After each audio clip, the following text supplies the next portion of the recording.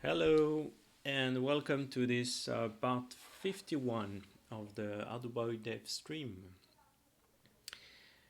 Alright, so today we will go back to Arduboy programming, not the editor. We need to make a small pause on the editor. Maybe at the end of the stream we'll work on the editor, maybe. But we need to change or finalize something on the game, which is the saving of the progression. So we already have the checkpoint and things like that. But actually, what we want to do to optimize the code is to minimize the number of instance for each item in the game, so that we can reuse the instance. For example, the enemies. So if we, let's say we have 2 or 3, maybe 4, maximum 4 enemies in one screen, then that would be nice to only have 4 instances of the enemy class in the program, and then always reuse this same instance every time I switch from one screen to the other screen. The thing is, to do that, we need to um, have something to check if the enemy has been killed or not. So if I go back to a previous screen, then this is something I would like to have in the game. Then the enemy will not suddenly respawn and be alive again. So yeah, we every time we enter into a screen and we initialize a puzzle screen, the enemy should spawn or not, depending on the current status, alive or not, of the enemy. And actually, this mechanism is valid for all the destroyable items. So, and we have plenty of that. The stalactite, stalagmite, the destroyable block, um, so the enemies, and even the some pickup, like all the pickup also. If they disappear, they should not reappear if you go back to the previous screen, right? You don't want that, absolutely. Otherwise, it's just a bug. You can have infinite bullet if you, or infinite dynamite if you go back to the previous screen. So that means we need to store some information. However, still, again, for optimization reason, I would like to avoid saving that into the global memory, or even into the in the global memory, because maybe that's create more program. So I think we will try to do it to save the progress into the flash memory, into the EPROM, which means that we could also switch off the Arduboy and switch it on back later and continue the game. So we could have a continue, and of course we could have in the menu something to reset to start a new game. So we could have a start new game or continue, and and then we will start from the last checkpoint, for example. Um, that's actually that opened this possibility. I'm not sure if I will do it. Maybe not, because this kind of game is a kind of a try and die. You have to finish the whole game, the whole puzzle with your 6 life. But we'll see. Actually, that opens the possibility. Um, so the main reason why I want to use the flash for that is to also to save some yeah, some variable, um, and code. It would be it's can be quite easy to do it. Otherwise, that means what? That means if we don't save it like this, we may have a huge array, not in program, I mean not a static array, but just a global variable, global memory array, where we will dynamically save the alive status of each and every item in the wall level. So the size of this array would could be should be dynamic, depending would depends on the level design. So this array should probably need to be declared by the map editor. So the map editor could count how many item can be killed, and yeah, save this array. So that makes takes some kind of space. Of course, we could just use one bit for each item, so the array won't be maybe that big. That means in one char you could save 8 items. Um, that's another possibility. So yeah, we have these two this kind of two possibility here. Um, Saving into the EPROM or saving into global variable. We are not. Um, I think we still have. Let's compile. We still have some space in the global variable, I guess.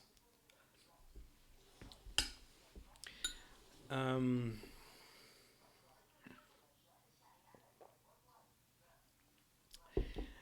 um, the program, the global variable 60%.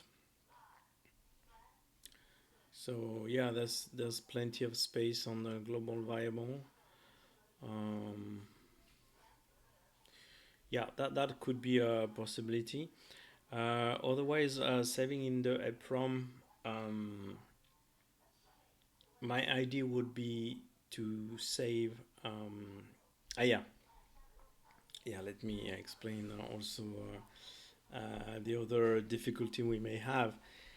Let's say even if I have a big array of a bit field, a long bit field, whatever, one bit for each instance alive.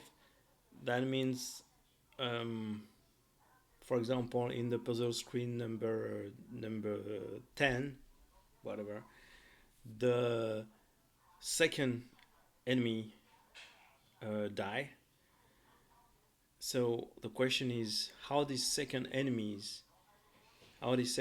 knows that he is the second one, and then they need to set the flag, or the bit, like 15 screen, and yeah, enemy. Or we could have something even, let's say, a bit more simple, like we save one char for one char per screen. That's pretty easy. That means maximum in one screen you could have um, 8 destroyable items in one screen, because you could set 8 bits. But the question is, how the second enemy knows that he should set the flag, the second bit of this char? How the stalactite knows that is the fifth one, for example, and then it should set the fifth bit of this flag? Um, and remember, I want to use the same, reuse the same instance, right? So maybe the first instance, let's say I have 2 enemies or 3 enemies in the first screen. I also have 3 enemies in the second screen. Maybe the first enemy, the first instance is the first bit in the first screen, but becomes the second bit in the second screen. So who knows? There's no link, no direct link, right? So which means what? Which means in the init function, when we init the item, like here, that means what? That means we need to give a kind of ID to each item, each destroyable item. Not this one, the spike are not destroyable, but for the destroyable one, we should set an ID, like you are the first destroyable item, the second one, the third one, and that means you will use the first bit, second bit, third bit, or whatever. I don't want to store this index, this ID, because yeah, it's just make the instance bigger for not a lot of stuff actually. For I think it's wasting the memory. So my idea was, how can I identify, differentiate the different instance, and one thing that is easy to differentiate two instances is the address of the instance. Because they, of course, the two instances have two different address, right? So my idea was to save in the EPROM, the flash memory, the address. For example, for the first screen, okay, first screen. If an item die, then this item will save its address into the flash memory, right? And when we need to respawn, because there is the respawn mechanism or whatever, yeah, then the same item can check if this is, if its own address equal to what is saved, right? So by doing this, by checking the address, I don't add another variable into the item class. First thing, but I can still differentiate. I can still reuse the items. We have so the Arduboy has, if you look at here, for example, 1 kilobyte, 1000 byte of memory that can be saved. The 16th first byte are reserved for the sound and other stuff. Okay. And the address of the instance will take 2, which means globally we could save 500 different destroyable item if we don't save all the stuff. So yeah, I think that would be enough. So I'm not right now. I'm not totally sure. I'm explaining my what I have in mind, but maybe the two options are possible, are valid.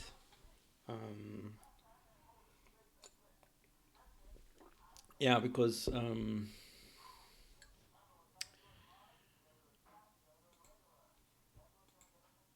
yeah, in it. So let's look again about the code that do the init and the respawn mechanism. So we have this flag init, and if you remember, it's called in the map manager.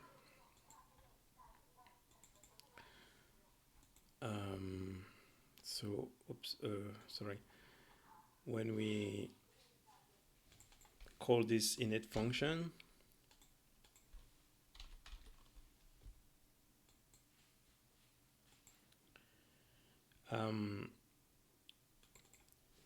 so in the init here, okay, so here, and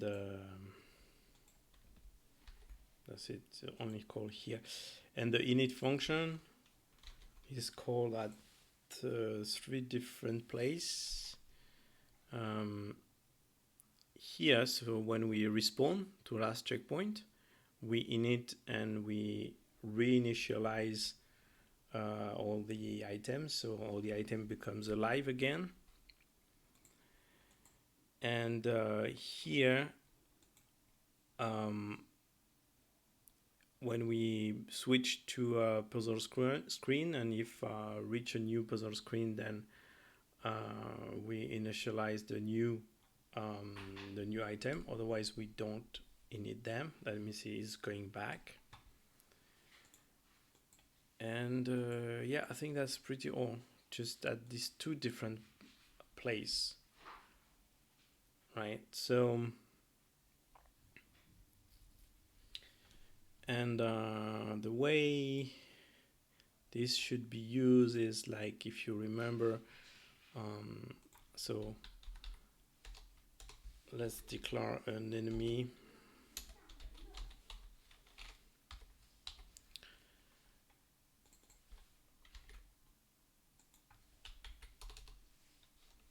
And we should write something like, not like this, but if init, then we call the init of the enemy, and let's modify our enemy. So the init function take, what does it take?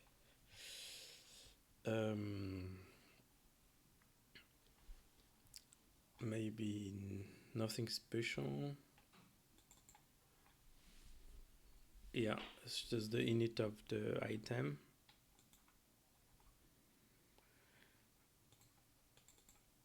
Okay, so it's the same position and the flag. And yeah, the flag, I forgot a little bit which kind of flag we should have, but whatever. Let's say I init at 80 and let's say 50.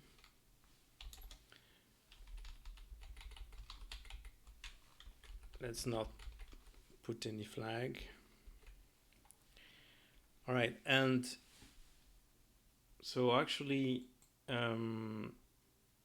last time we refactored this, I said we have the alive flag that is set in the constructor, but this is what I'm trying to change actually. So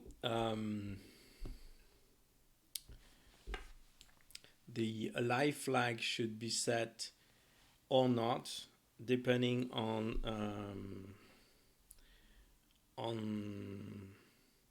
depending on actually this Boolean flag in it. So if yes, then we should set alive. If this true, if init is true, then you should respawn the enemy, so we should set it alive. Otherwise, if it's not, then that means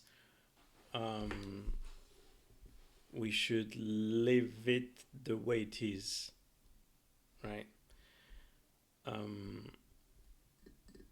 But yeah, this is what I would like to change here, to be able to reuse this enemy from that screen and that in that screen.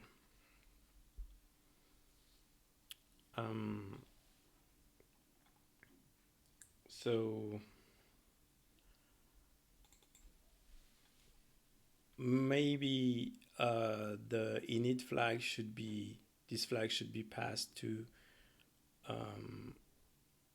some of the function here that can be respawned, that can die actually.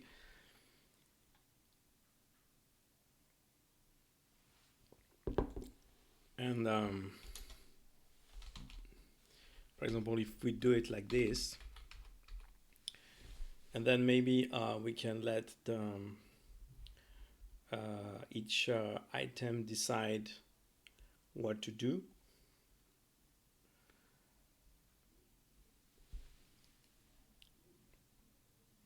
So let's try to do it with our enemy. So yeah, I have to override this function.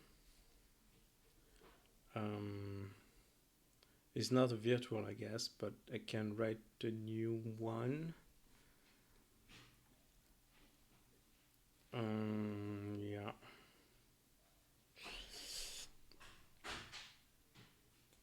And this should move into the init function. Yeah. All right, let's do that. I'm thinking at the same time I'm designing. I'm not sure we are going in the right direction, but probably we are. I hope so.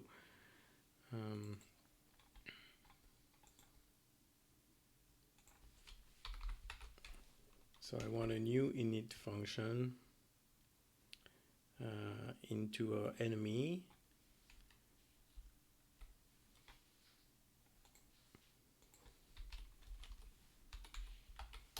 Which take will respawn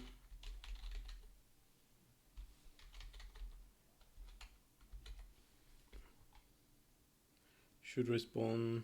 Let's make it more obvious like this.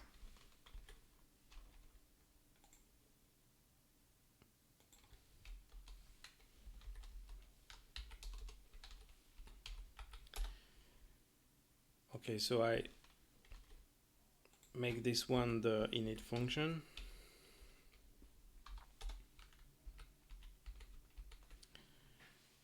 And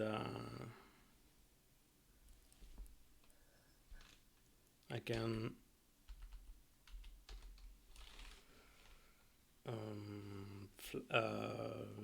yeah.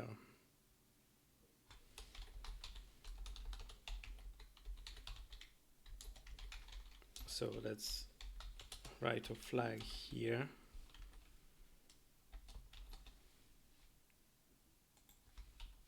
So if we should respawn, should be alive. And if it's not a scorpion, then the flag will also have the property triggerer, and then we set the flag.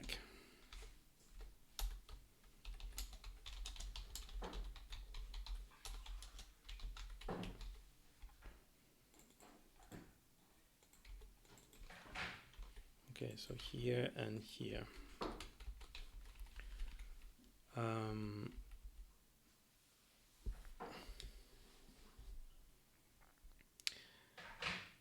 Okay, but that's not enough. So this will work if we respawn. If we need to, if you failed the puzzle, you died, and you need to respawn the puzzle. So all the enemy you have killed has to revive. And this flag will be false if you are going back to the previous puzzle screen. So it won't be alive. I forgot the none here.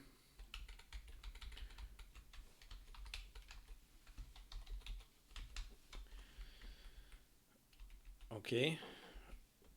But like I said, so now if I want to reuse, if I want to reuse the instance, so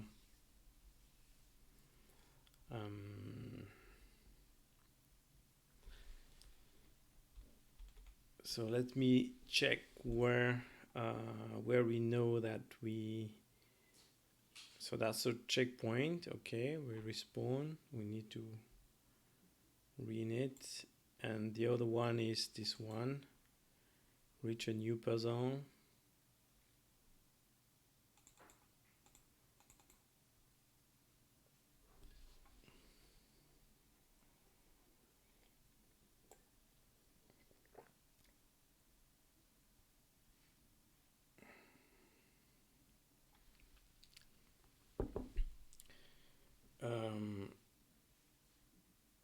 I'm wondering if this is not already just working. Do we need to save this into the EEPROM or elsewhere?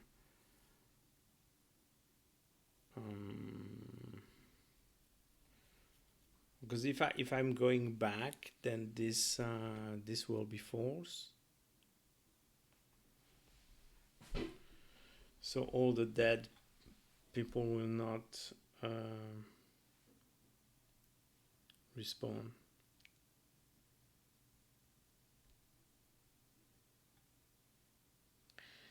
Okay.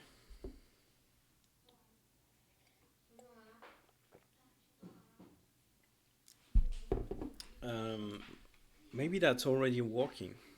Maybe I have a whole discussion for nothing. We should test.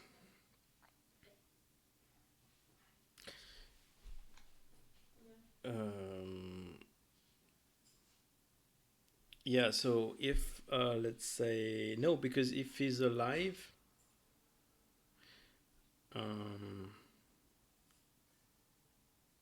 yeah, I actually what I've just written should no, it's not working. It's complicated. Like if I didn't kill an enemy in the previous screen and if I go back, then this enemy should be alive, right? So yeah, the information is not enough. We need to save something. We need to save like which destroyable item has been destroyed in each puzzle. Because if I just do that, then yeah, if I go to the next screen, come back, then the screen will be empty. I mean, no destroyable at all. They will all disappear, including stalactite, or including the pickup item that you didn't pick up, for example, that you wanted to save for later.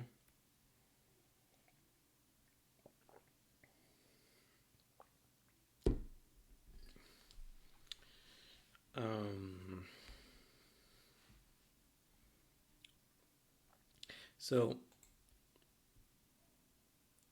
if we should respawn, for sure it's alive. Otherwise, it depends what is saved.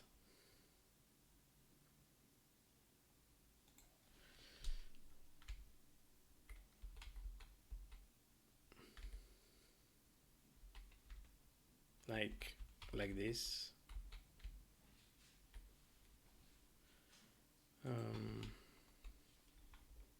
Let's write it like this.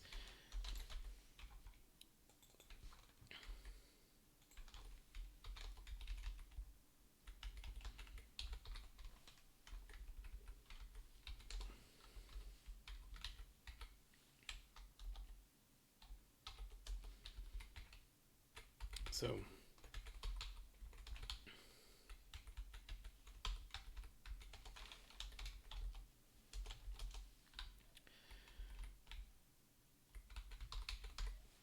okay, so if we should respawn, then it's alive. Otherwise, this is where we should ask if I was killed or not. Yeah. And for that, I would like to create a new file to save our progression. So if we go for a yeah, anyway, it doesn't matter how we implement, if we use the flash or if we use a global array. We can just add a new file for that. So I will create a new file that I call progression, maybe. Let me take this. Yeah, well, use a namespace, that's okay.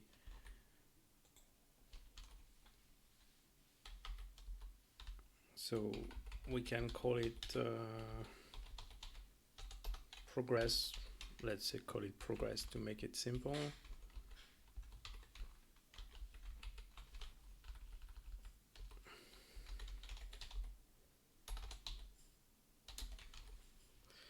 And let's go to progress. Let's save this one. Progress.h. And let's create the CPP.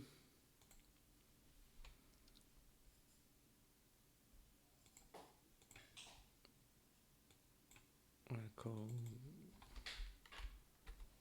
Okay.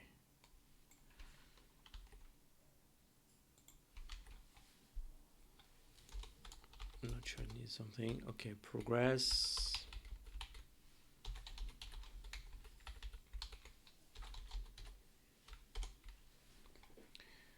This file and on the player progression in the game and save it to the flash memory. Okay, let's save it.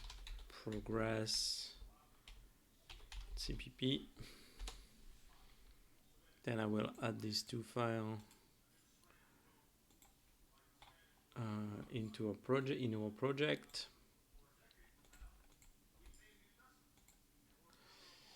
And I will move them up.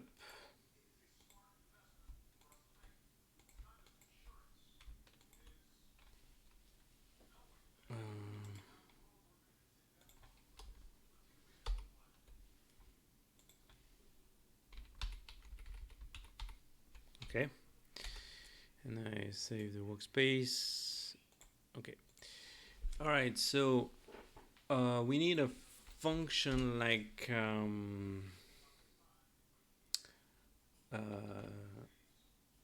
Boolean function. Is alive? Is item alive? And I need the puzzle screen ID, which I guess is a unsigned char. Actually, I can just ask the puzzle screen ID to the map manager. We don't need to pass it to every item. So I just need the item address. So item pointer. All right.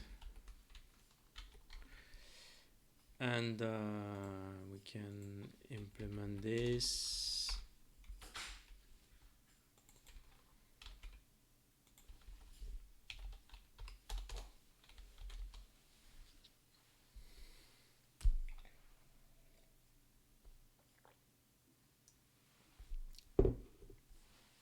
Okay, so I need puzzle screen ID from the map manager, and this is something like current puzzle screen ID. So the init is called after, well, yeah, when we begin switch puzzle. So the current puzzle screen ID has been updated. Puzzle screen move direction. All right, so I just need to make this variable accessible, which I guess is private right now.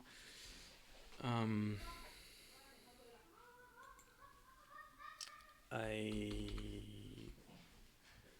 can make accessor in the map manager.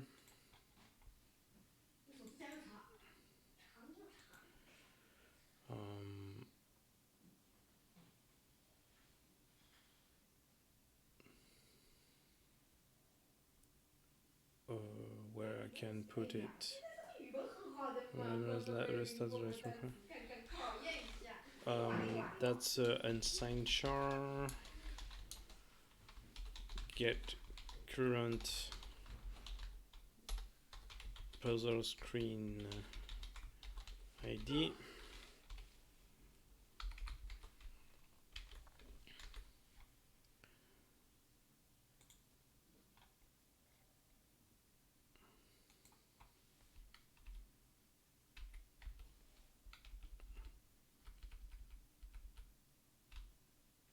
I don't know where to place it.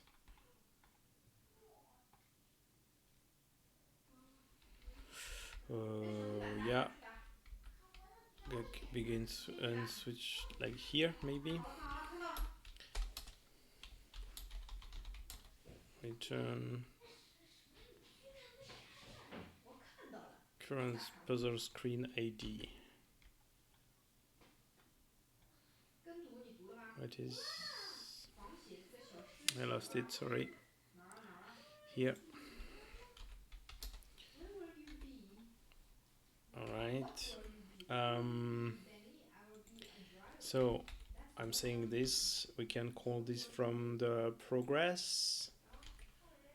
So I need to include the map manager. All right.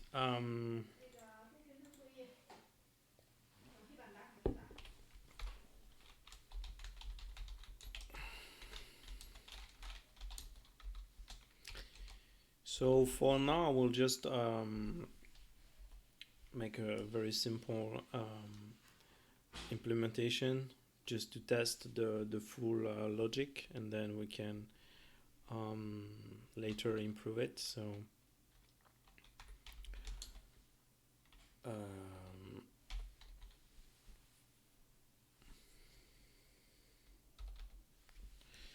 item I should have yeah, I don't know how to make it simple actually. I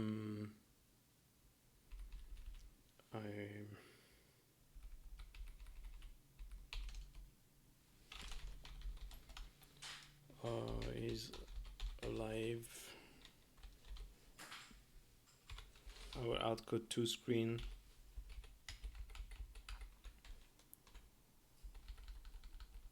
And let's say return is alive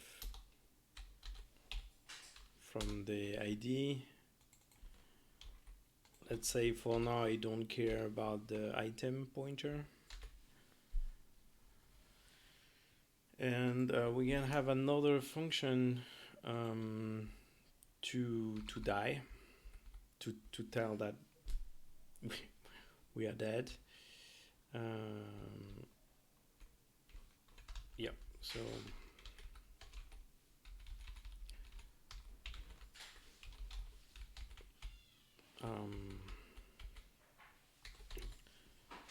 set kill set item dead,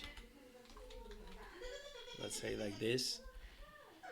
And yeah, we also need the puzzle screen ID, of course, and then we can just mark it as dead, false, and then we need another function which clear everything,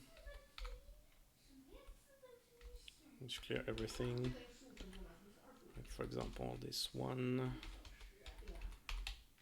we call it reset progress,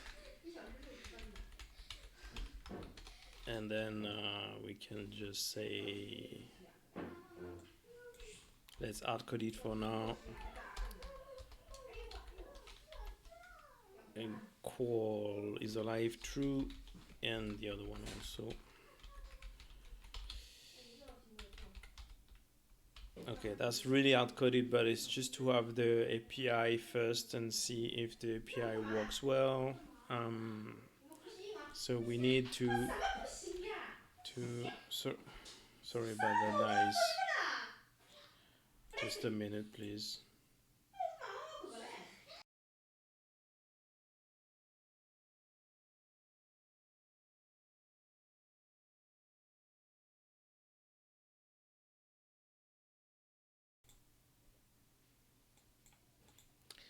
All right, so we're back.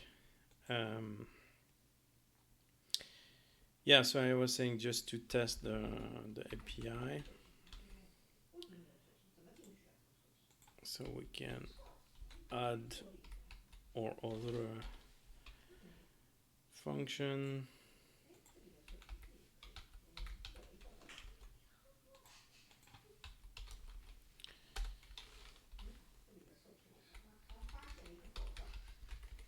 Okay, reset progress, is item live, set item dead, etc.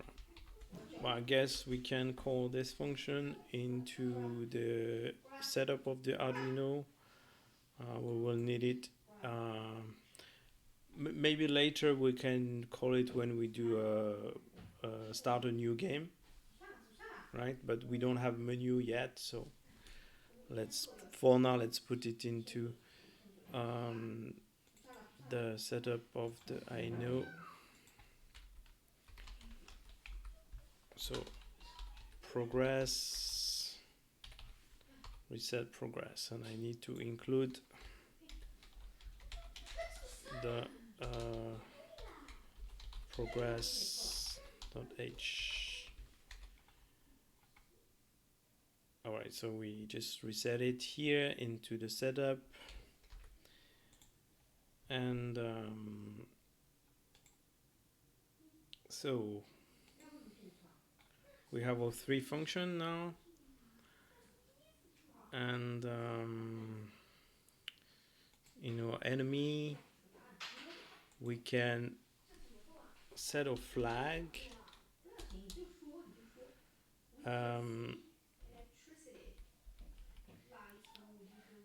Let's yeah, maybe we can do that. We can change. Okay, so we can do it even differently. If not, if we should not respawn, then we should respawn if we are alive. Progress is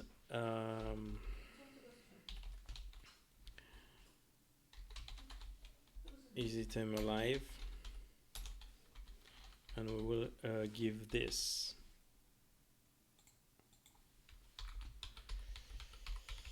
Okay, so I can actually rewrite what I've written before. So alive, otherwise none.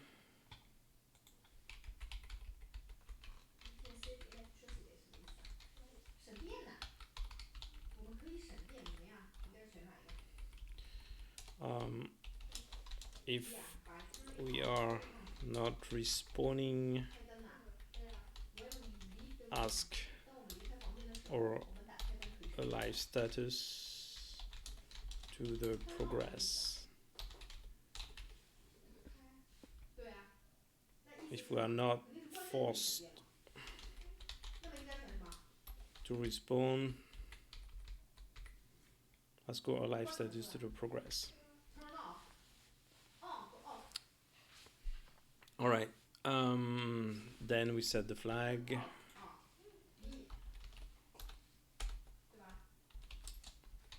Set the alive flag.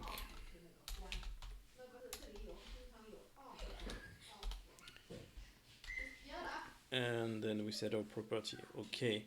So that should work. That should work. And by the way, I'm thinking that this kind of code will be the same. I mean, these lines, not the Scorpion one, of course, but these lines are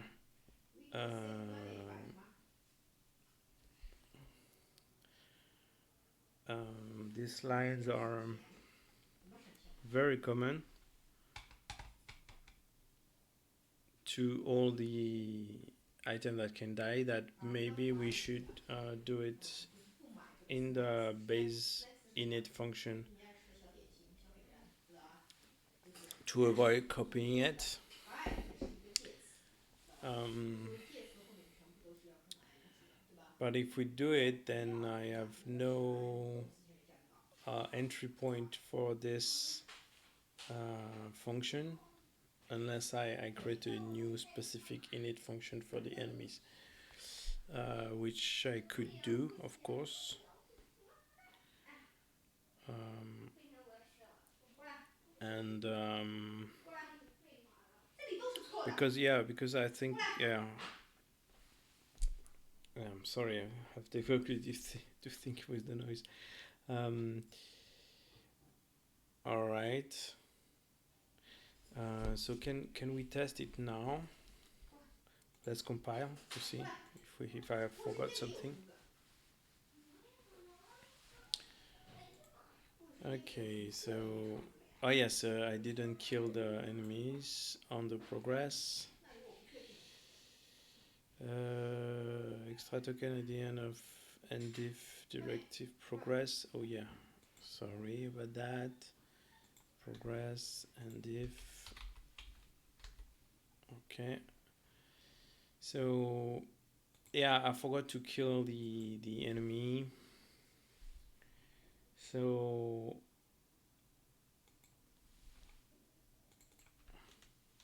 let me see where this is. This is unset here.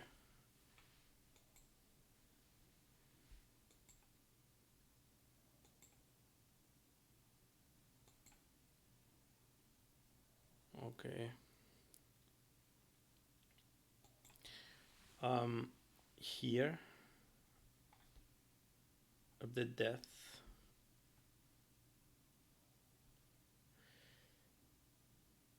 Um,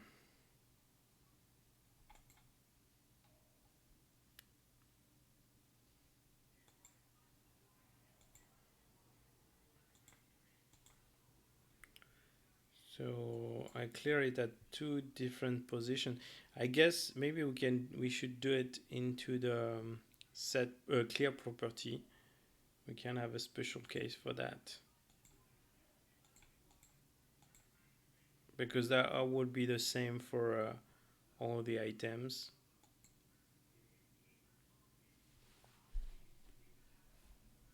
And probably also in the set property if I have to respawn.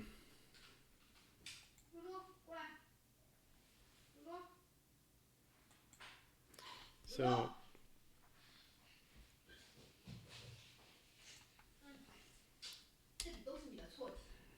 if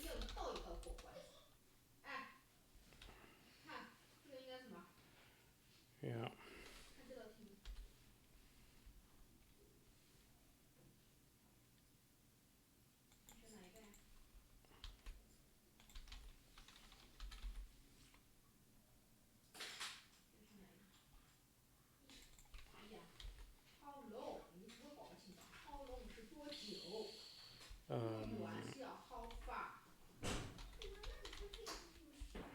So in the clear property, if this is, but I need to include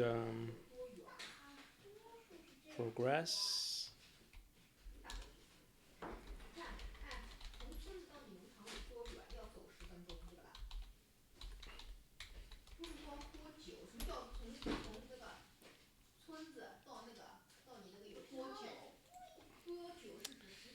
So if we clear the alive, then we should call the progress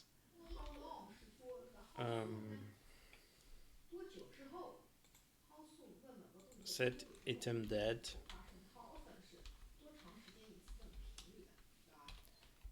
And this.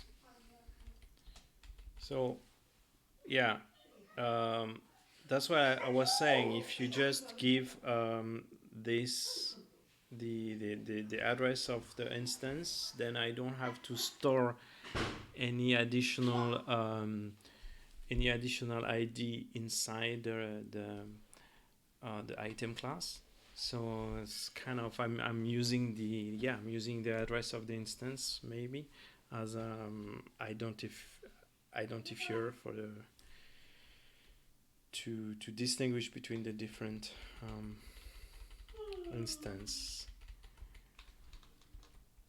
And if we are setting the property, and if we are setting the property alive, then sorry, just then we should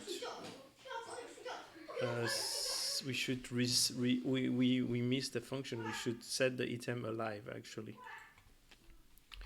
So let's write this function also.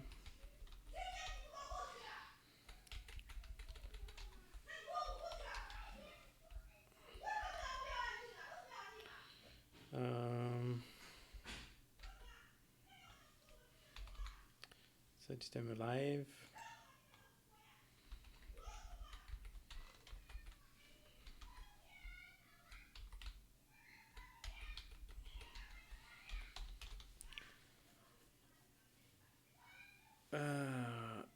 Okay, so that's just make it true for now. And in the item.h, I can just set item alive. And I think I need to pause again to see what's going on behind me. Sorry again.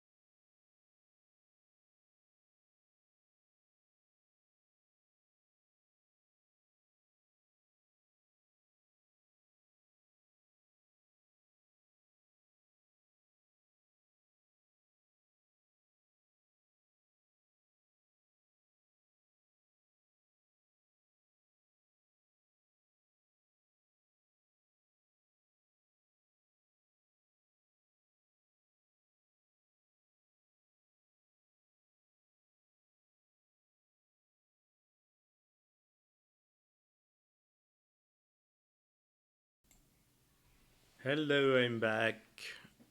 Okay, so sorry for this pause. Yeah, we have our set item alive, set item dead. Um, okay, maybe we can just give a parameter that could be the same function. Sorry, because I guess the most of the code in that function will be very similar. Just the value will be different. So set item alive, this true or false, and then in the progress we can add a parameter. Bool is alive. Okay.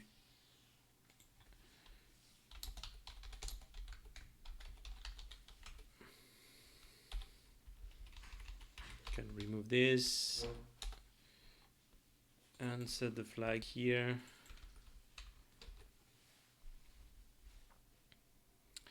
Okay, so does it compile?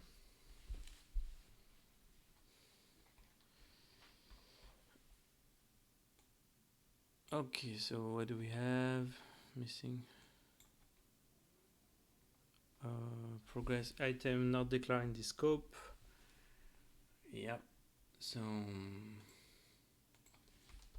I will just do a forward declaration. I just need a pointer here.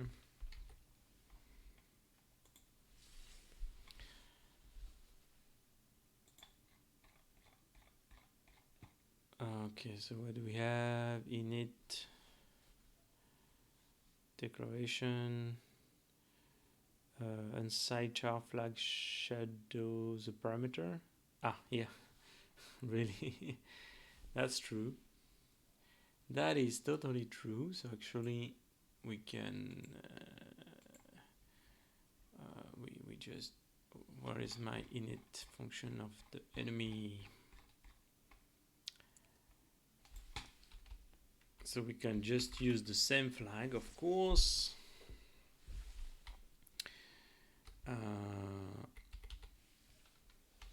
We combine it. So flag combine with alive or combine with nothing.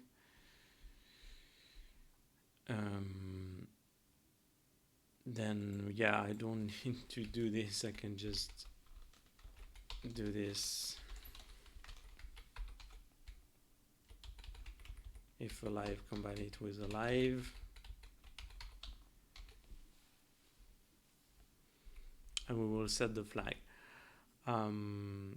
which will reset the progression.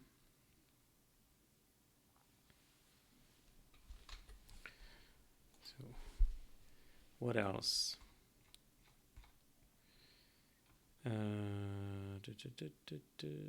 Was not declared in the scope.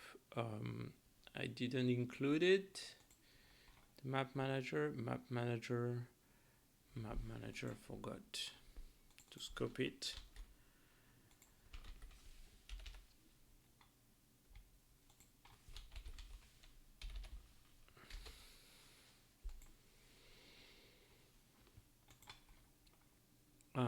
Okay, for arrays,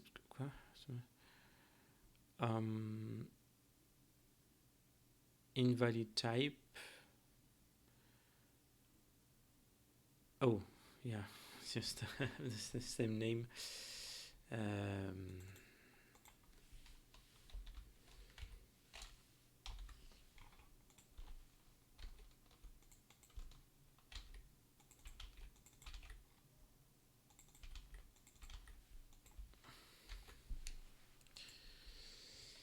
All right, so okay, that compile.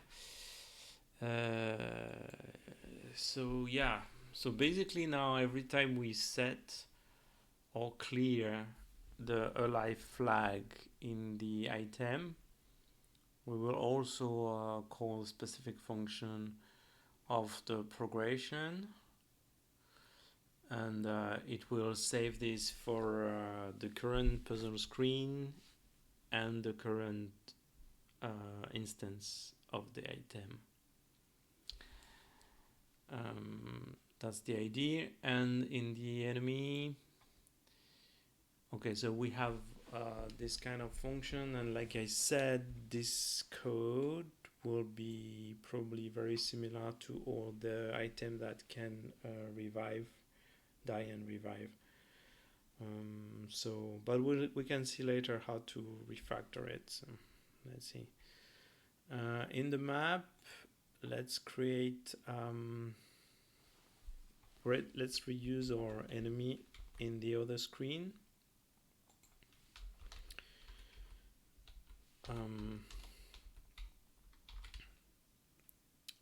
Like for example, 2050. All right. Let's try this.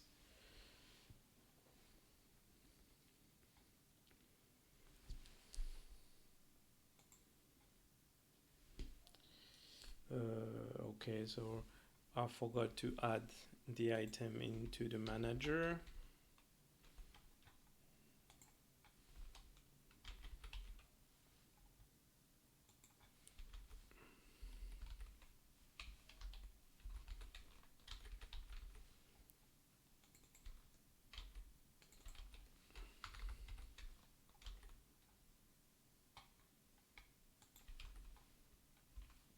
Okay, so let's try again.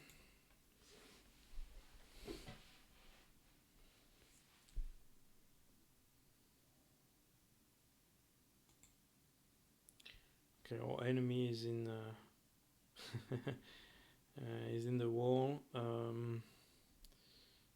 Let's place it somewhere else better. So in the first screen,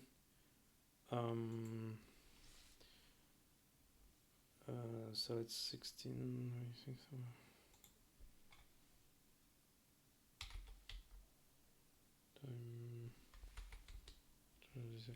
Let's put it at 120 maybe.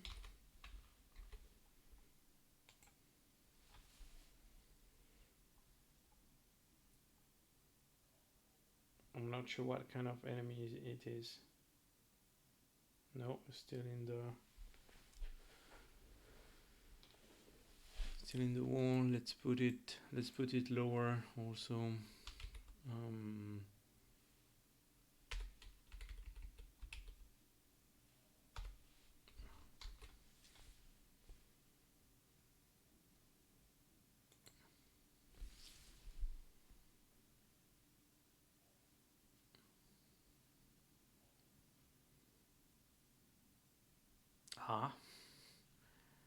It keep.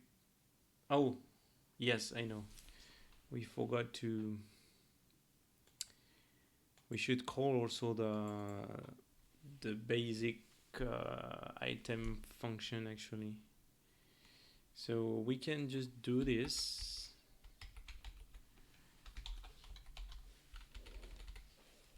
So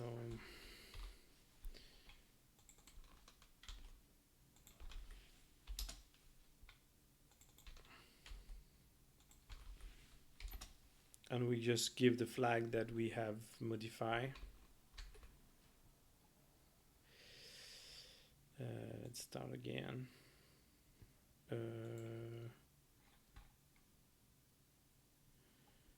No function in the item.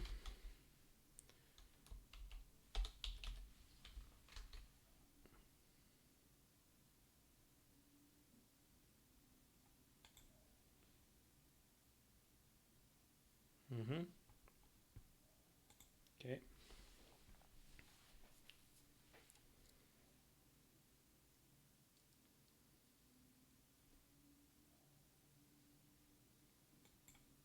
Where is our enemy? Oh, enemy disappear.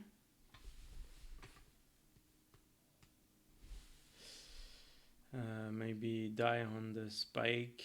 so many spike. Let's command the spike for now. Yeah.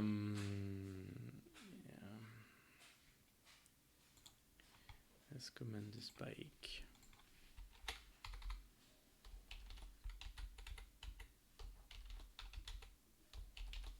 I'll comment it also here.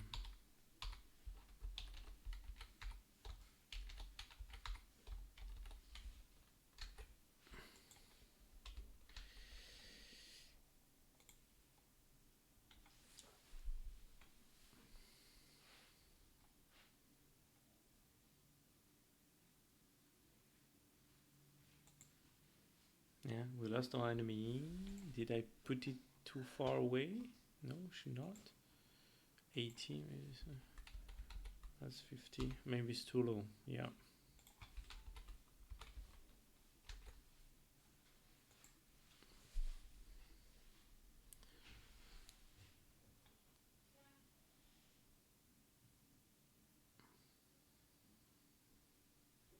Where are you? Oh, I commented the enemy. Oh my god. I'm clumsy. Not awake. Okay, here is okay. Enemy. Alright. That's why we need an editor. That's why we need the editor. Come on. So, are you here? It's in the corner. Is it E4? Maybe E4 in the corner. Yeah. Let's try to place it where we are, and let's switch the place. Okay, so 2030.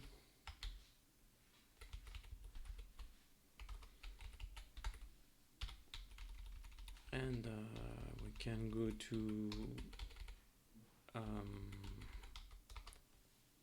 120.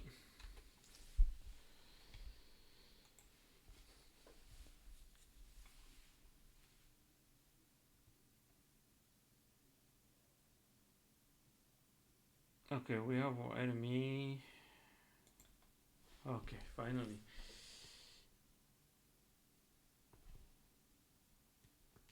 So, oh, it's going. All right. Okay, I kill him, and here we have our second one, but I cannot go back. I should have a longer. Let's go back to the editor then, because that's a bit difficult to test. All right, let's go back to the editor.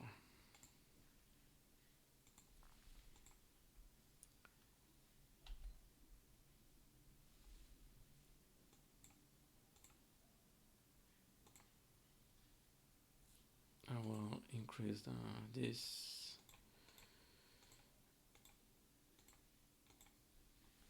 and I put some floor also.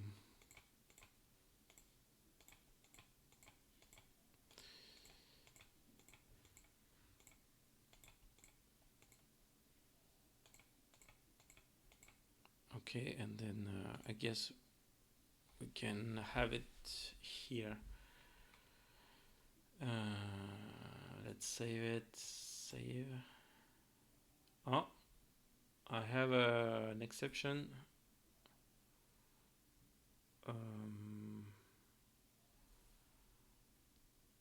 The given key is not present in the dictionary. Horizontal spike.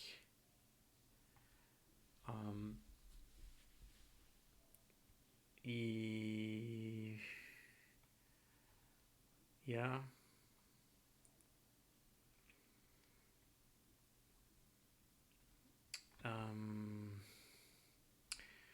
Sorry, our test get delayed.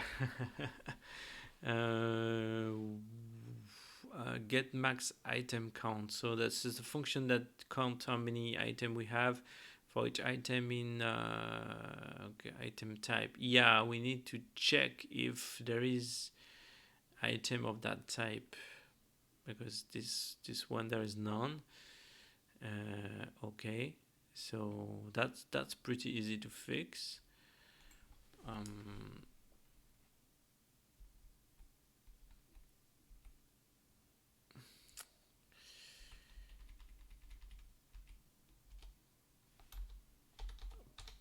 Pretty easy. It depends, because this one is a kind of mix. I wanted to make an early exit, but probably I cannot. If item contains a key item type, alright, and then special key for horizontal spike if item contains the vertical spike.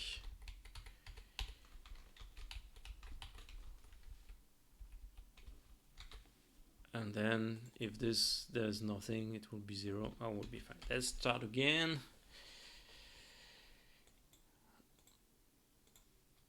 Open, then yeah.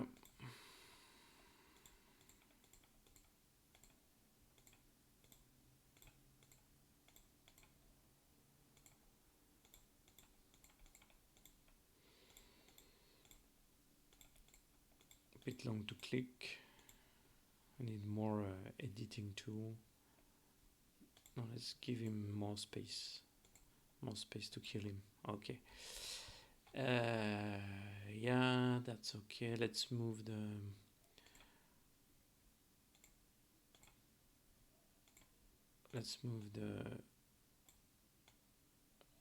us directly here. That should be fine.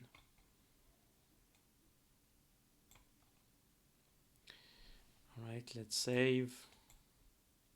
Okay, this time it seems okay. Yeah.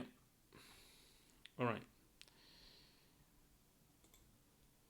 And let's go back to this. Yes, reload. And let's start again.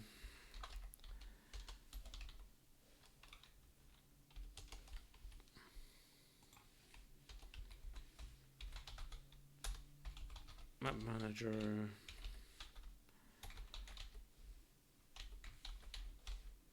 Add item enemy.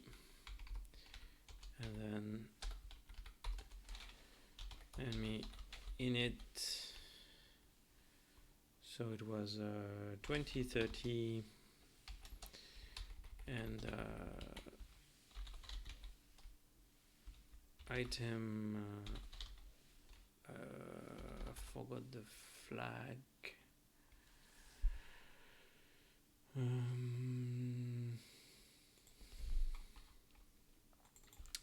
Property flag none, and init function init flag. Let's init here the same way, and like this. Okay, let's try to compile this. Oh, sorry, I didn't show you didn't switch the screen. This is a comma.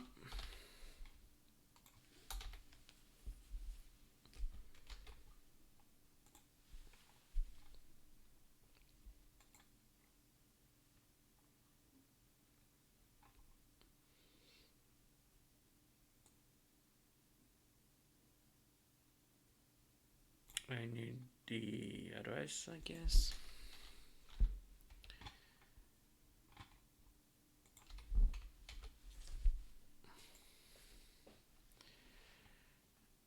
All right, so let's try that. I did.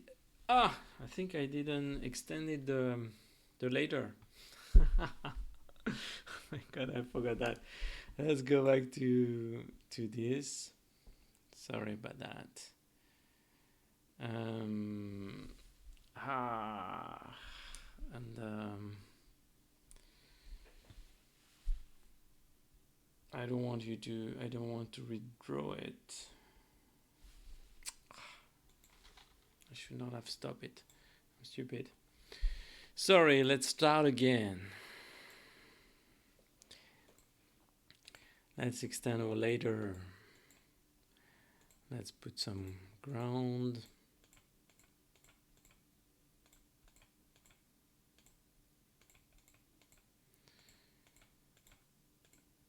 We are in the middle of creating our editor, so it's it's a bit difficult to get something easy to reload and save. So let's save this one.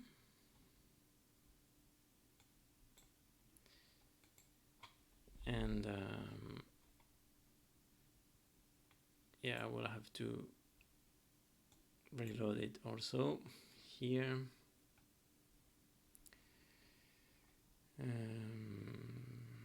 I'm lost with all my screen. So many screen. Okay, here. Let's start again. Yep.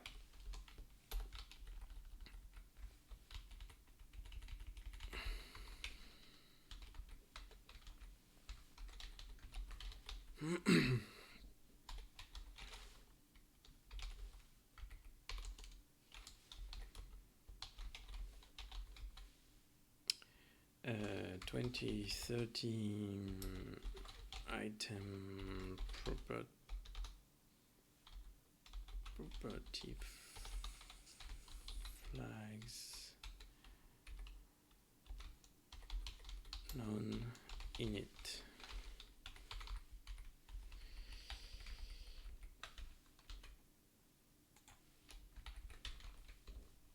All right, let's try again.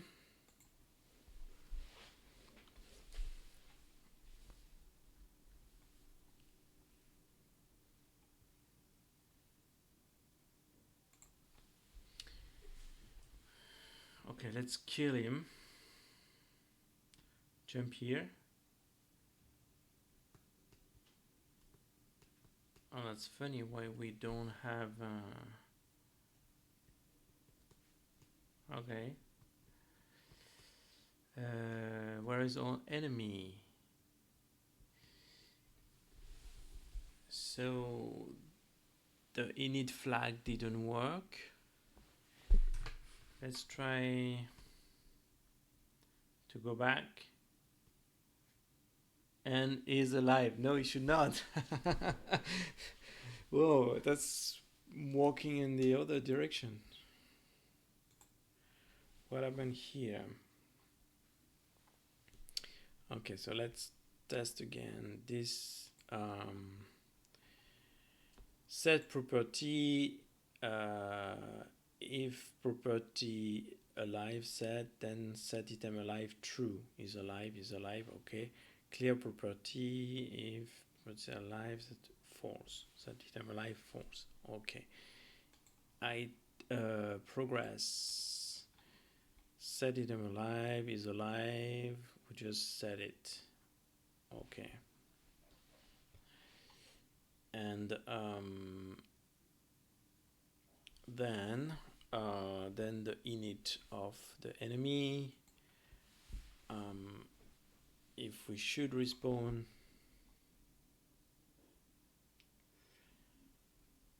if not should respawn, then we override with is item alive. And if we should respawn, we've set the flag alive. This is the scorpion. Then we init base class. That should work. That should work. And in the map data, screen 0. So we use the same instance.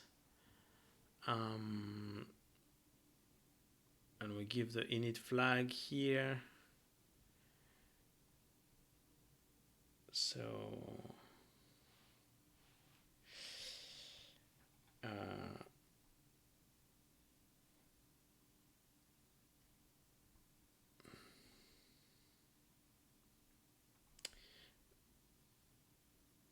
is it M alive? In the progress, is it M alive?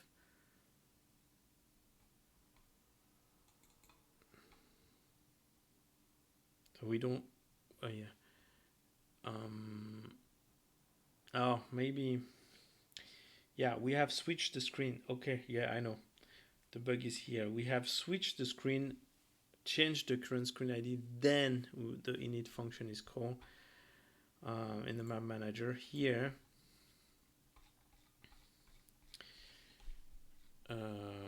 let's find it again.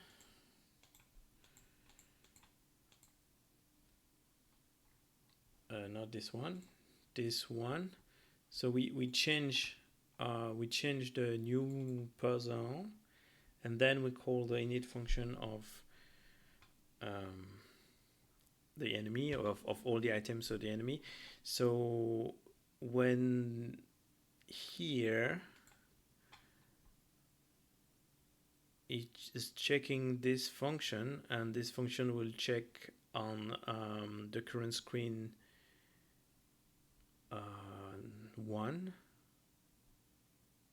Yeah, and that should work because when we kill the other one,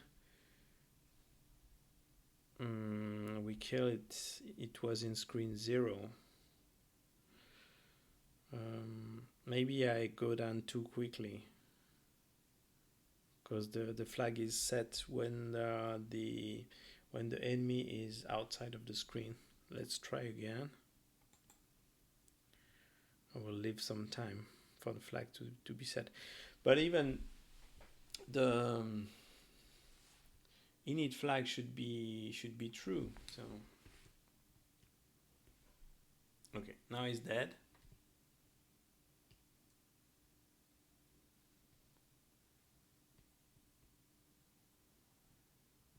Mm-hmm.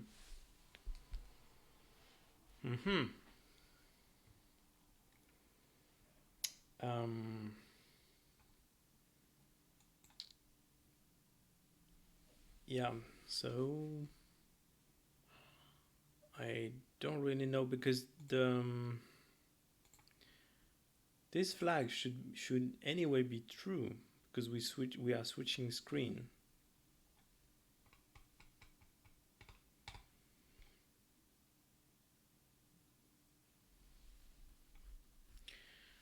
We are switching screen here.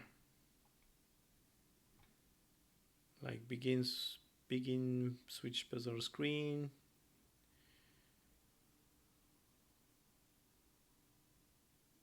Puzzle screen direction, current puzzle screen, and is reaching a new puzzle. That should be true. That really should be true.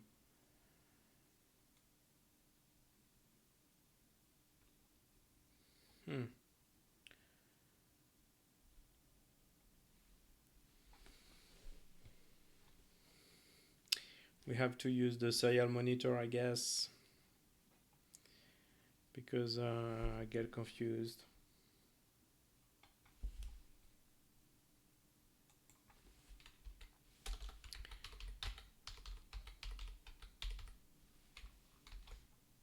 Switch to screen ID, and then I will also print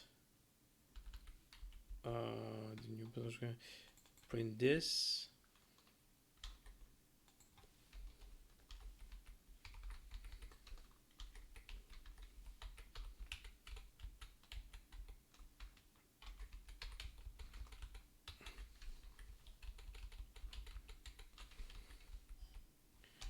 Reaching a new puzzle. Okay, I will enable the serial,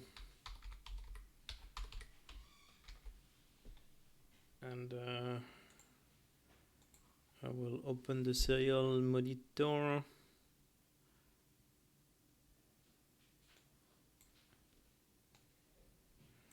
there I should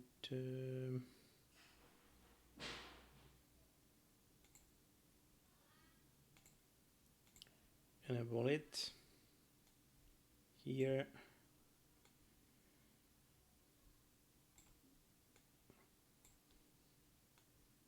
Okay, not sure.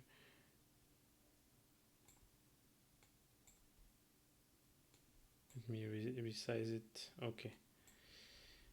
Let's try.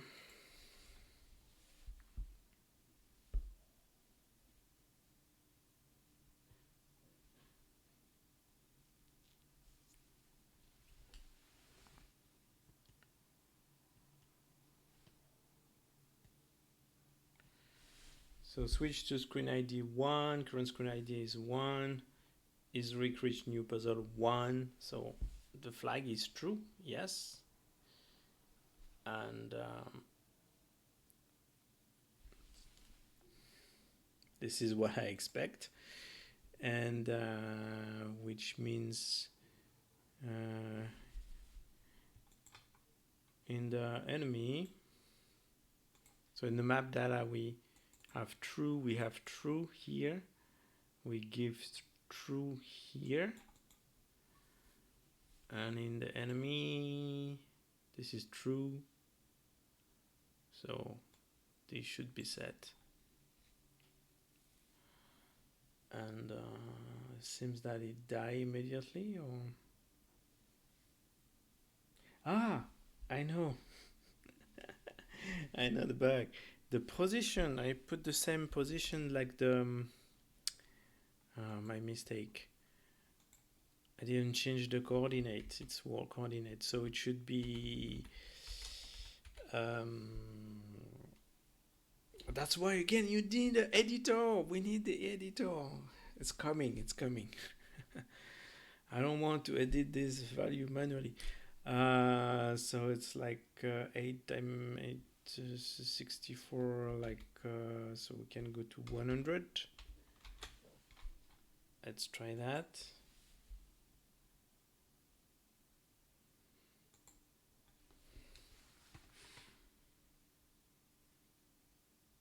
So I kill this one, go here, okay, and then we have it. If I go up,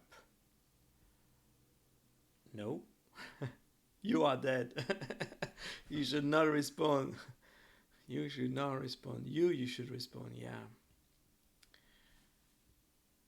Okay, so let's see. What is the problem here?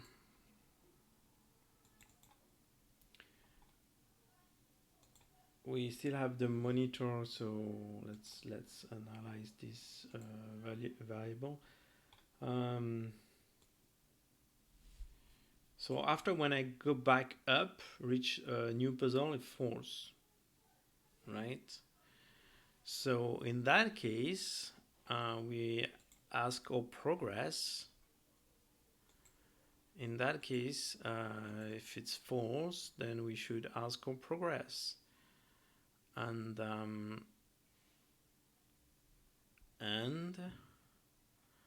the progress will ask the ID, and the ID will be the ID was 0, so that's correct. And normally is alive of 0 is should be false, because yeah, the flag has been set to false. Maybe I went down too fast. We'll test again. Should be false, and if it's false,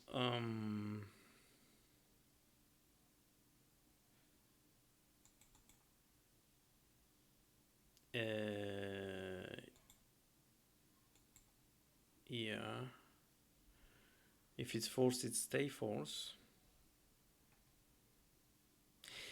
I should kill him. Yeah, that's the bug. else I should clear the flag in the but no, the flag already the flag given in parameters doesn't have the alive. So yeah, but I should it doesn't clear it here. So if the flag is here, it will be it will yeah. Ah. So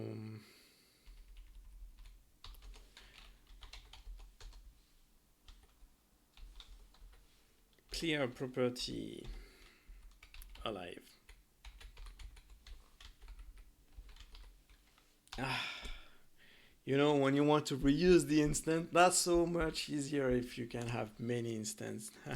But if you want to reuse them, you have to do some cleanup.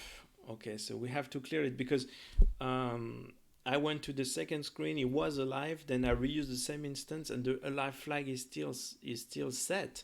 And when we set the property, it doesn't. Does it override it or not?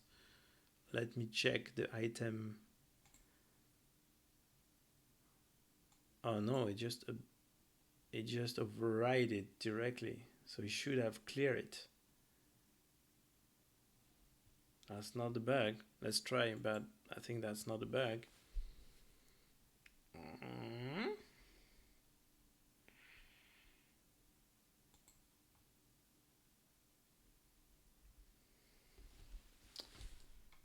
So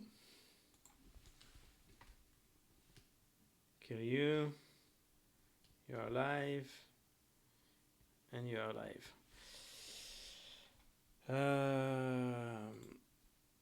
So yeah, it's just override it. We don't do a set property in the here. We just override it, so we should clear it, which is good.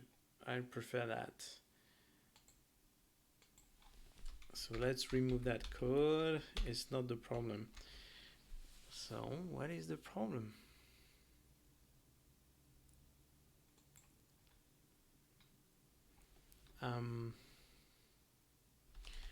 Let's write what the status of this variable.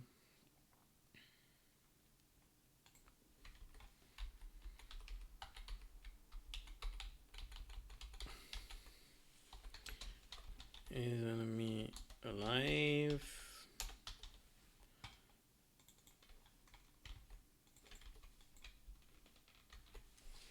Let's try it.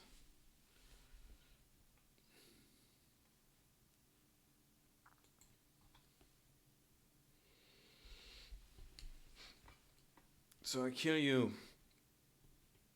Ah, stop messing with me. Enemy is alive, and then I go here. Is enemy alive is true. Why? Is enemy alive is true. So let's print it somewhere else.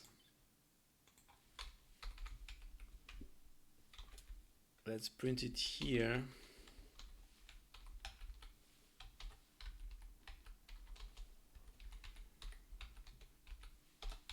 And here, let's see if it's a progress function that is bugged.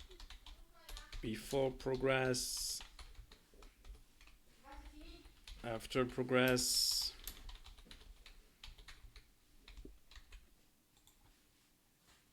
And let's try again.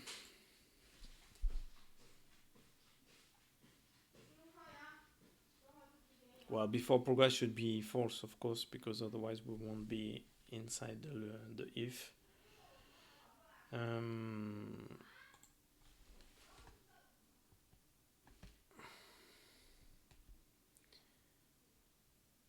Okay, is enemy alive? Now we should have, yes, yeah, okay, before progress 0, after progress 1, you don't see it. I'm sorry, it's too long. You don't see it on the stream, but I can tell you it's 0 and 1. So that means That means it's our function that is buggy. So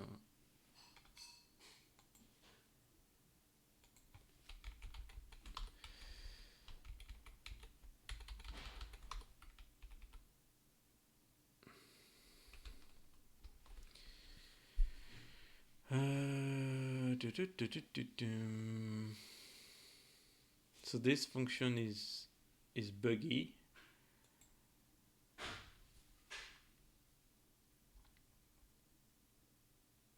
At the beginning, they are all initialized with true.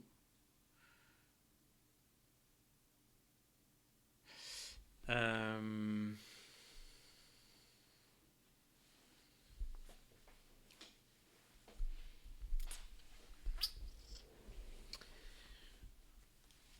let's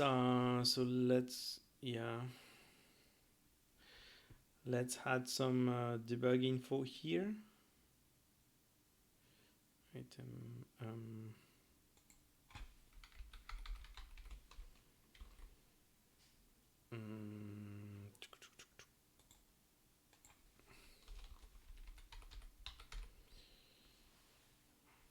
not in the is, but in the set. I guess the is yeah.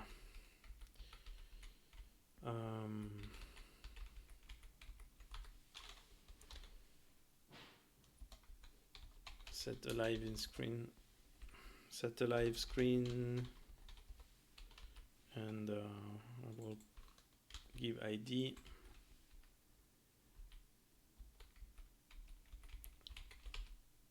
Set screen alive.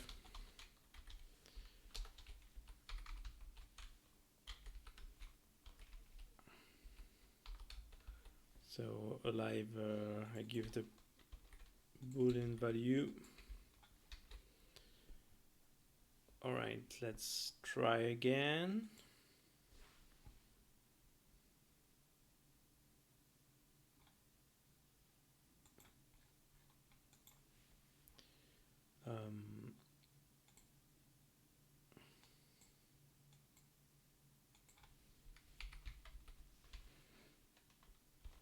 I need to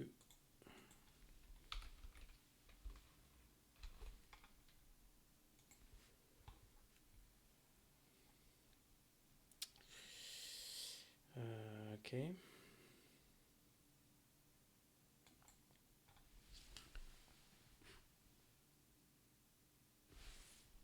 Wow. Why the flag is set so many times? That's a bug. The alive flag is keep stop. Okay, let's check our enemy. So I'm sure that it's override something.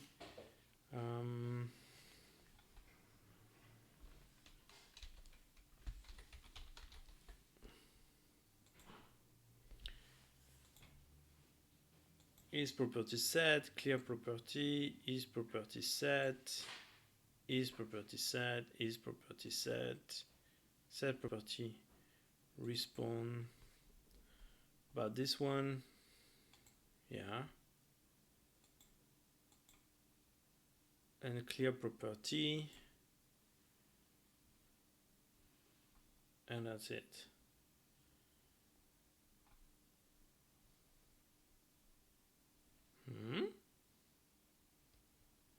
Who is calling this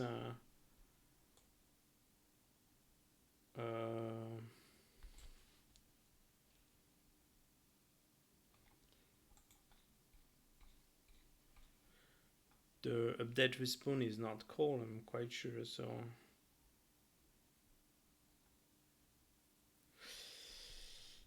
let's check again the item. When we do a set property, if is property set, property flag alive, then set alive is true. Ah, yes. Um, I should check not with the current flag, but the parameter flag here. It's when you set the alive. Okay. So that's what I wanted to do. I cannot reuse this function because this function is setting my flag and not setting the parameter. So if flag and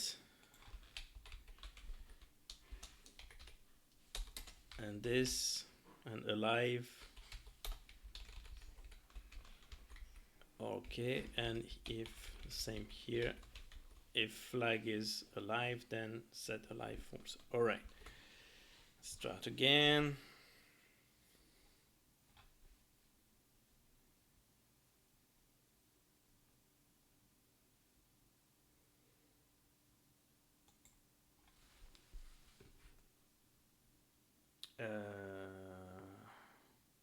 I should have let me clear the output. Yep, now it's not spawning anymore.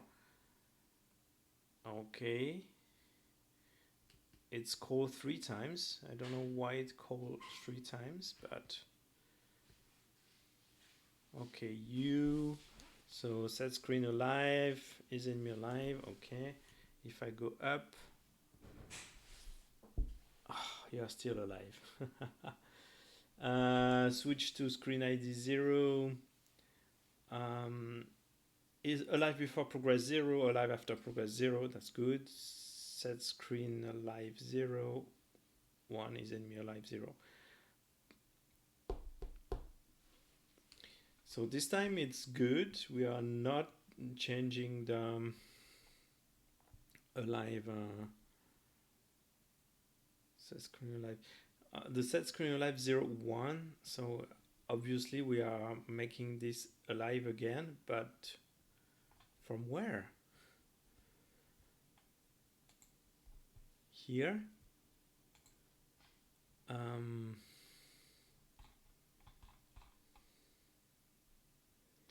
So before progress and after progress 0, 0, which is good. So this one is false. It's false. So the flag should not be set to true. And then we have isn't me alive. It's still 0. But we have a set screen alive 0, 1.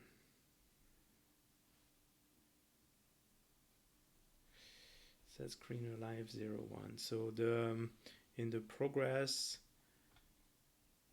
we have the set screen alive screen 0 is alive true, which should not be, should be 0, 0. Yeah, should be 0, 0. So the is alive parameter is true, which should not be.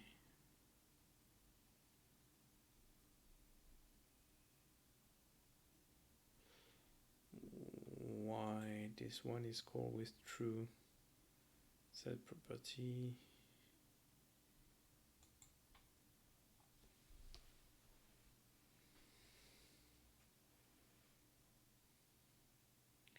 Actually, since the set property is not called by the item here,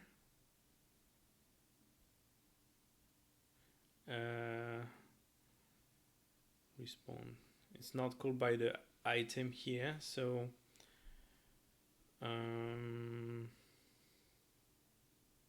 yeah, that means it will not be properly updated. So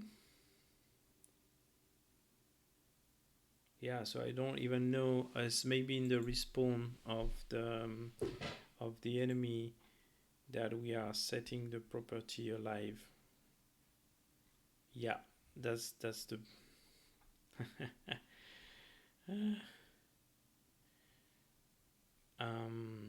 respawn.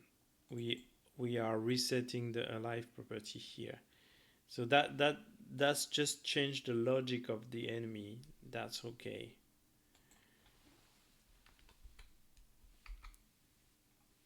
So we should just do if, we should not force, but if is property set, then we should init work. Otherwise we do nothing in our update respawn and we stay dead. All right, let's try again.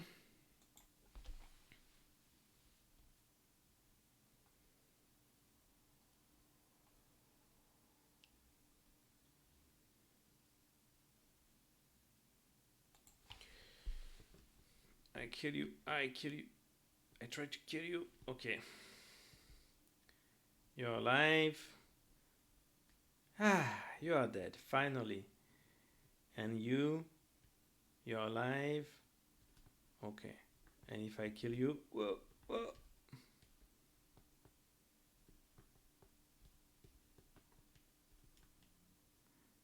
I kill you, and if I go up, you're still dead. If I go down, you're still dead. All right, let's try a new test.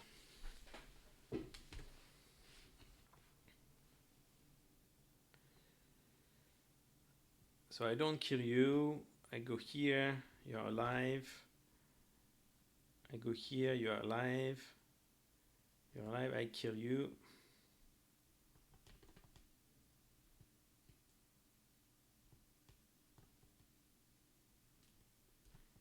Then I go up. You're alive. I go down. You're dead.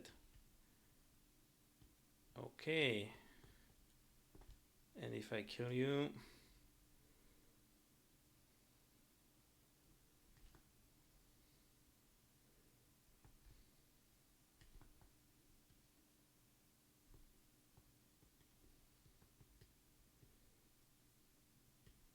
you're still dead. And you're still dead.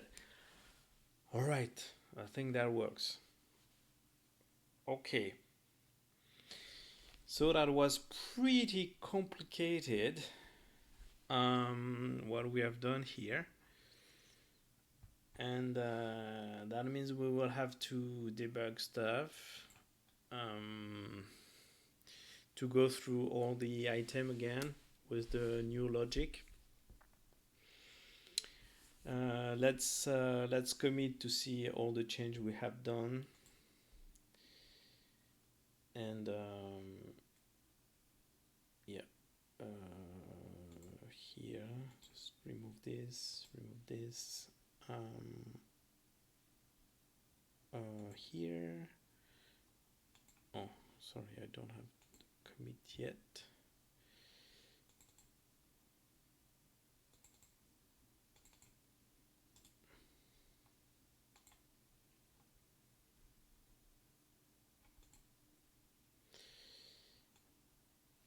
All right, so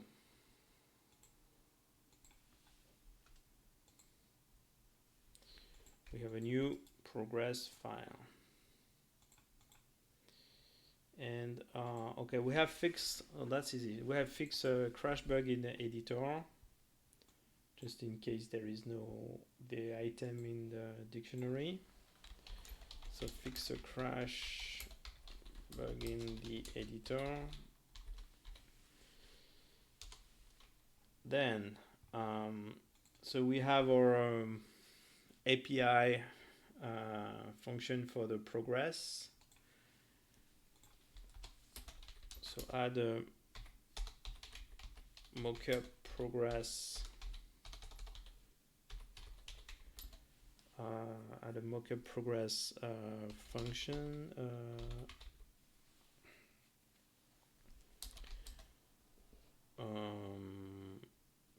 Yeah. All right. Then we have refactor or enemy. So basically Oh yeah, we should clean all the print. Let's not commit the print.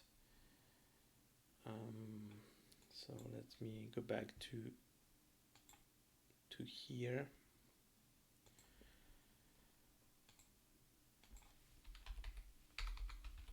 Let's remove this and let's in the enemy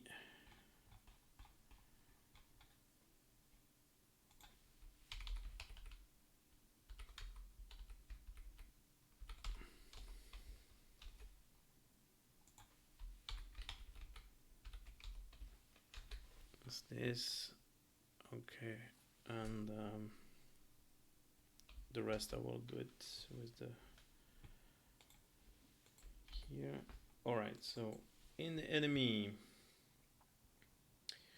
we have moved the code what that was in the constructor into a init. We have a new init with a parameter. Like I said, we may refactor again to make it general for all the item that can die. So basically, if we should respawn, if we are not supposed to respawn, we check if we are still alive or not. Otherwise, if we should respawn, forced or not forced, we set the flag. Okay, that's special case for the enemy, and then we call the init of the base item class, and here we change our respawn because the respawn doesn't mean necessary you become alive again.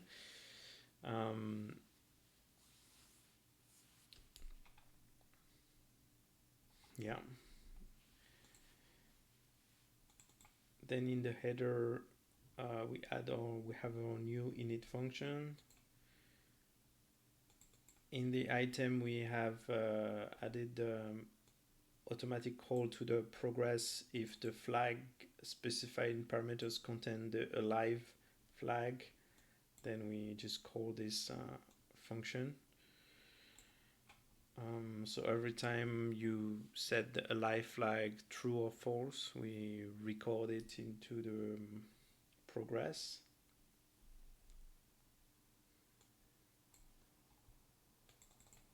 Okay, the map data, we just updated the map for testing. And the map manager, we have our accessor here. I can remove the print. So we just have the accessor here.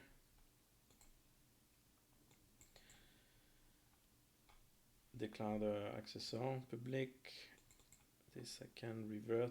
No, I need this. I need the reset. So let's keep it for now. Okay, and in the project we add the progress. All right. So add a progress function, then refactor the enemy class to respawn or not according to the progress class in order to reuse item instance. So yeah, just to remind you, I'm doing this just because I want to reuse the instance of all the item to have a minimum number of instance on the Arduboy. So that would be great. I mean, if we have, let's say, maximum, we will have 3-4 enemies on one screen. More than 4 enemies on one screen would be very crazy. Why not? But whatever. So that means we could just have 3 instances of that enemy. And if you do that for every item, you have a very limited amount of instance, and we just keep reuse them for every screen. But we just place them at different place. Every time new puzzle screen, we reuse all the instance, we replace them, and we make them alive or not. We just have to memorize the alive status of each instance on each screen. And that's that will be the devoted to the progress class. So we'll see later how we implement the progress class. Like I said at the beginning of the stream, we may use the flash memory, the EPROM memory to save the progress, or we can just use a global array because we have some space in the global variable. So we'll see how I feel. But yeah, the idea also is the little trick here is to use the address of the item as a identifier of which item is dead or not in which screen, and we have the current screen ID from the map manager. So if you combine this current screen ID of the map manager with the address of the item, with these two information, you know if it's alive or dead. Yeah, so let's I think I can just commit this, and I think I will stop the stream here. So overall, maybe not that much progress, maybe a little, but I think I leave the code a bit messy right now. I think we have to try to generalize this pattern with all the item. If it works for the enemy, if it works well, we can do that for all the items. And because the code is really similar, I guess, to most of the item that can be destroyed, I think I should try to make that code common to reduce the progmem, of course. I think so far maybe only the enemy need the scorpion flag to be initialized in the init.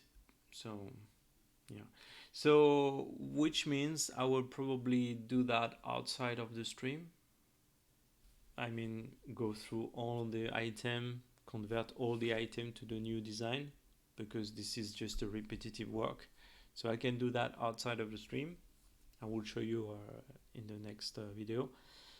And then during the video, we can start to implement really the progress function to make it really work with any kind of item. And then when we have that working, then we can go back to the map editor to properly save all the item and reload the item. Okay.